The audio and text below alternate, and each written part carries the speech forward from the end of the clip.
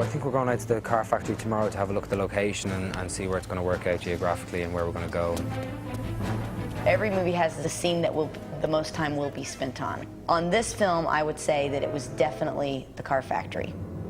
And it involves intensely every single department. Michael Lantieri's involved, props are involved, ILM is involved, you know, our art department's involved, stunts are involved intensely. Tom, therefore, is involved.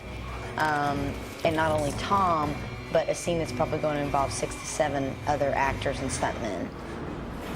I worked with Tom's stunt double Keith as well, just so I don't break Tom's nose or he doesn't break mine. Just on missed punches and body shots and all that kind of stuff. Nice.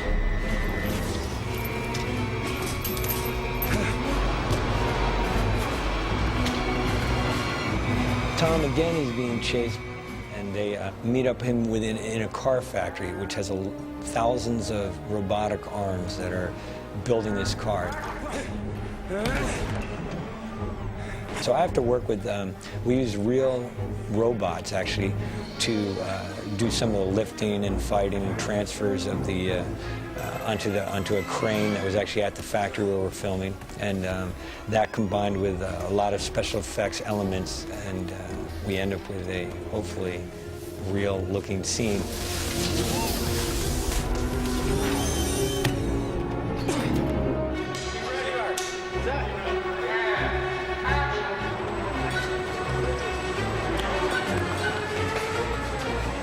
I crave the newness of and trying to push the envelope of it and keep in the realm of safety. So, and yeah, I do think what we did on this film, we've gone further as far as people flying than has been done. I hope, anyway, in the end, that we've created something that's visually different than has been done before. But I definitely always am striving for that anyway.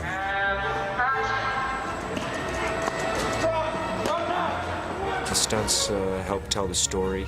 It's science fiction, so you're in the future, so you can have some cool stunts. And it was that stuff was a lot of fun. They're tricky, but they're a lot of fun.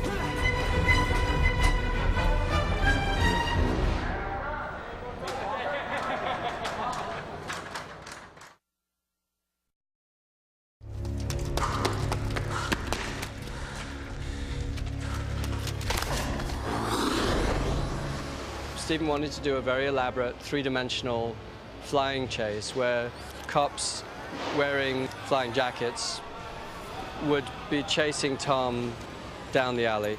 So we started off looking at locations, and it very quickly realized that it was completely impractical to do any of the rigging involved in a real location, or even the lighting, really.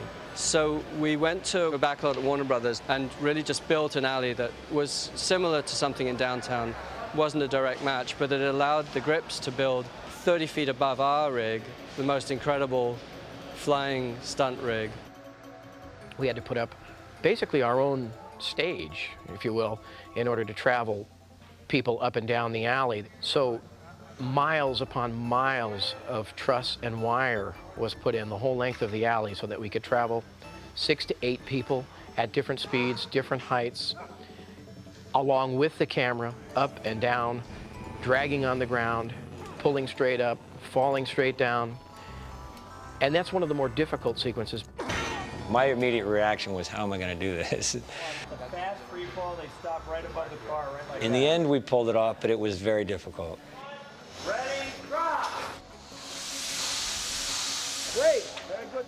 All the high falls where he jumped off the building and grabbed one of the pre-crime cops that was coming to arrest him, that was all Tom. He did all those high jumps.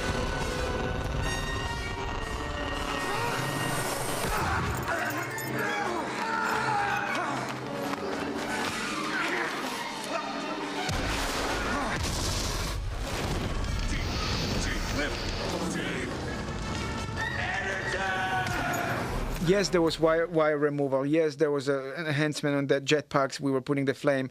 But pretty much what you see happened in real life. Those actors are actually descending down from like 90 feet on specially designed rigs. My #1 priority from the very start is safety. That's the first thing I have to deal with. What's very difficult in that situation is anytime someone's flying, in this scene, they're on a cable. And anytime someone's on a cable, there's people. It takes a lot of people. Just to make one guy travel through there, fly up and down, it takes 2 to 3 people. So we had 6 people in the air all the time.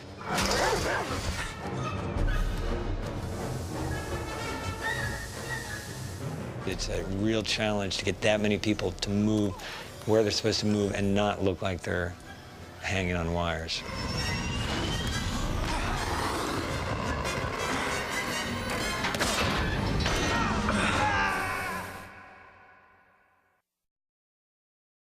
I'm not gonna get haloed. You can't run, John. Everybody runs.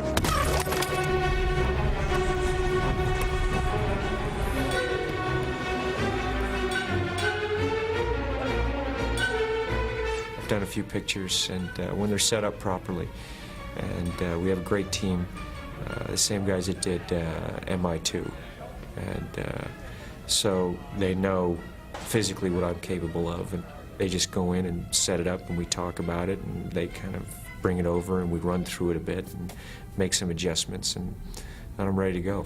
Keith Campbell has been with him for, I think, 10 years. Tom trusts him totally, and what Keith does is work out all the problems. And when Tom comes to the stunt, Keith will explain exactly. You need to put your right foot here, and here's why. You need to move this hand here and grab this because this is happening. You know, he'll go through every little detail of how to shift his body weight and how to move his feet to accomplish the stunt safely. And Tom listens very intently, and so he picks up really fast. In this particular case, it was very controlled because the cars really weren't moving. The harder part is Tom has to react as if it was, as losing his balance, and when he's climbing, you have to take in all those elements that aren't really there. You have a wind machine, yes, but it's not quite the same as the real sensation of falling. So we try to choreograph in the real sensations as we're doing it. He's really good at that kind of stuff, so it makes my job easy that he's so in tune with how his body would react. He's extremely athletic, and he's not afraid of anything. I've got him to think more like a stuntman in that it takes only a very small thing, and the human body gets hurt very easily. And so when you're doing these big stunts that he likes to do himself, it's very important to take it in slow steps. And he has finally on this movie gotten for me where he's in sync, where he is big on the rehearsals, and he's always listened very well. He's always been very athletic. Oh. Glenn, can you include... I get it.